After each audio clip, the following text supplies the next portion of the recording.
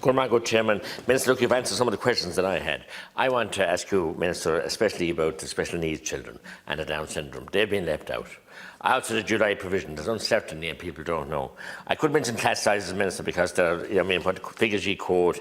I have a granddaughter in a classroom, for example, and there's 34 students to 1. So, that's the real figures what are behind what's going on. Board of management and principals are under enormous pressure.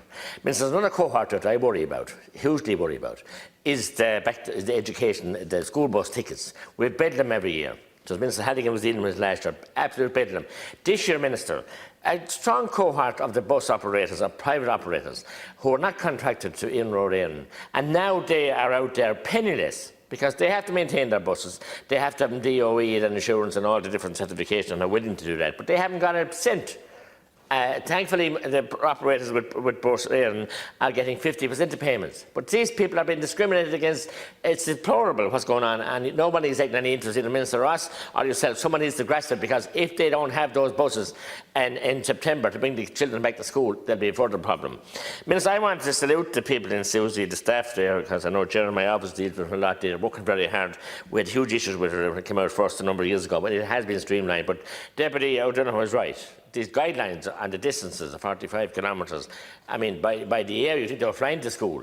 They have to go around roads and they have to fight traffic and whatever, and sure, there must be flexibility. And not huge flexibility, but a little flexibility that they avoid different roads, because we don't have the roads that Emma Ryan has in around Dublin, and the network and the buses and the DAS and everything else. And if he has his way, we won't have them either.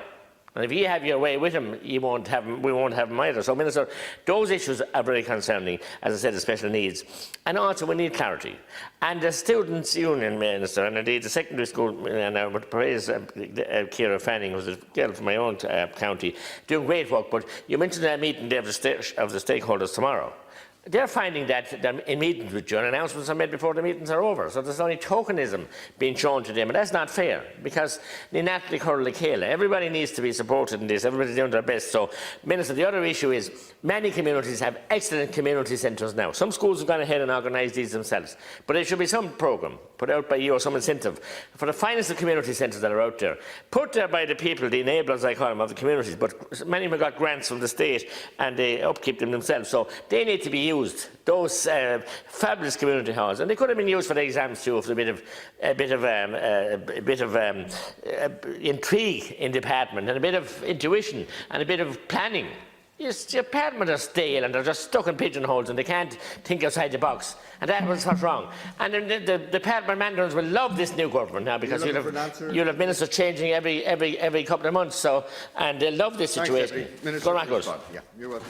Well, one thing I can assure the Deputy, the department's not stale. There's 1,300 people working, and I must say over the last 3 months, been faced with unprecedented challenges. They showed amazing resilience and also had the ability to be creative as well. And your issue you raised about the operators outside the Bus Éireann contract, you're correct. It's the Bus Éireann contracted private operators that get the 50%. And obviously, there was an issue, and I know it was an issue raised in my own county, but we have a contract as a department with Bus Éireann, and it's specifically with Bus Éireann, Deputy. And in relation to school bus tickets, you're right, every year, every summer, we're faced with this conundrum and pressure, and unnecessary pressure for parents at times, because it's a difficult one to get right. And I think the new guidelines that were introduced in 2011-2012 for the nearest school, I managed to change it for post-primary, where your second closest school could be included.